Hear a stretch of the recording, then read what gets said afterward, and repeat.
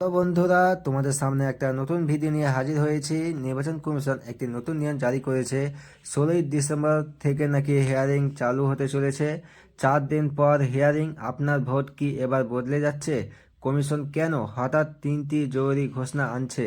এর পিছনে কিসের চাপ? ভোটারদের তথ্যে কি এবার ডিজিটাল নজরদারি বসবে? কমিশনের পূর্বপুরুষদের নাম কি ফিরছে সেই কঠোর শাসন? এই সব পদক্ষেপ কি শুধুই সংস্কার, নাকি দেশের গণতন্ত্রের মোড় ঘুরিয়ে দেবে? এই প্রতিটি প্রশ্নের উত্তর জানতে ভিডিওটি শুরু থেকে শেষ অবধি দেখুন। তোমরা যদি আমার চ্যানেলে নতুন হয়ে থাকো, চ্যানেলটিকে সাবস্ক্রাইব করে পাশে বেল আইকনটি প্রেস করে দেবেন। তো চলুন ভিডিওটা শুরু করি। আজ আমরা এই 5টি প্রশ্নের উত্তর দেব এবং এর পিছনে আসল রাজনৈতিক বিশ্লেষণ তুলে ধরব। আপনারাই দেশের ভোটার, তাই ভিডিওটি শেষ পর্যন্ত দেখুন। প্রথমত, আজ 4 দিন পর থেকে শুরু হতে চলা এই হিয়ারিংয়ের গুরুত্ব কতটা? এটি কোনো সাধারণ শুনানি নয়। সূত্র অনুযায়ী এটি একটি গুরুত্বপূর্ণ সাংবিধানিক বা নির্বাচনী মামলার চূড়ান্ত শুনানি, যার মূল লক্ষ্য হল ভোটের স্বচ্ছতা এবং নির্বাচনী আইন ভঙ্গের কঠোরতা নিয়ে নতুন নিয়ম তৈরি করা।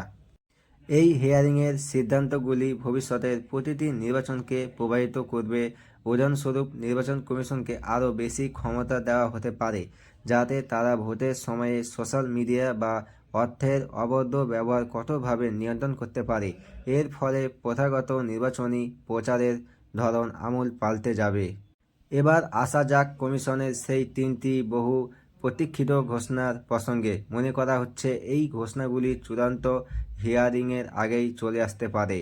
প্রথম ঘোষণাটি হল ভোটার ডেটাবেসের শুদ্ধিকরণ। কমিশন সম্ভবত একটি নতুন ডিজিটাল সিস্টেম চালু করতে পারে। এই পদক্ষেপের মাধ্যমে ভুয়ো ভোটার এবং একাধিক জায়গায় নাম থাকার সমস্যা সম্পূর্ণ দূর করা কমিশনের লক্ষ্য। কিন্তু প্রশ্ন হলো, এতে কি আপনার ব্যক্তিগত তথ্যের গোপনীয়তা লঙ্ঘিত হবে না? দ্বিতীয় গুরুত্বপূর্ণ ঘোষণাটি আদর্শ আচরণবিধির প্রয়োগ সংক্রান্ত। কমিশন সম্ভবত এমন কিছু নতুন ও কঠোর নিয়ম আনবে, যা ভোটের প্রচারের সময় ধর্ম, জাতি বা বিদ্বেষমূলক মন্তব্যের ওপর জিরো টলারেন্স নীতি কঠোরভাবে প্রয়োগ করবে। এর ফলে রাজনৈতিক দলগুলিকে কথা বলার ক্ষেত্রে আরও সতর্ক হতে হবে। তৃতীয় ঘোষণাটি হল আগামী কিছু গুরুত্বপূর্ণ উপনির্বাচন বা রাজ্য নির্বাচনের জন্য রোডম্যাপ অথবা প্রস্তুতির প্রথম ইঙ্গিত। এই ঘোষণার মাধ্যমেই সরকার ও রাজনৈতিক দলগুলির ওপর নির্বাচনমুখী চাপ বাড়বে। কেন এই চরম মুহূর্তে কমিশনের পূর্বপুরুষের নাম জানাটা আবশ্যক? কারণ কমিশনের প্রতিটি বড় পদক্ষেপের ভিত্তি হল সেই সাংবিধানিক ঐতিহ্য যা প্রতিষ্ঠানটিকে নিরপেক্ষতা দিয়েছে। এই ঐতিহ্যের আদিপুরুষ হলেন ডক্টর সুকুমার সেন। তিনি স্বাধীনতার পর ভারতে গণতান্ত্রিক নির্বাচন পরিচালনার ভিত্তি স্থাপন করেন। তার নাম স্মরণ করা হয় কমিশনের প্রতিষ্ঠাতা ও প্রথম নিরপেক্ষ পথপ্রদর্শক হিসাবে। দ্বিতীয়ত, নির্বাচন কমিশনকে তার আসল ক্ষমতা যিনি ফিরিয়ে দিয়েছিলেন তিনি হলেন টি.এন.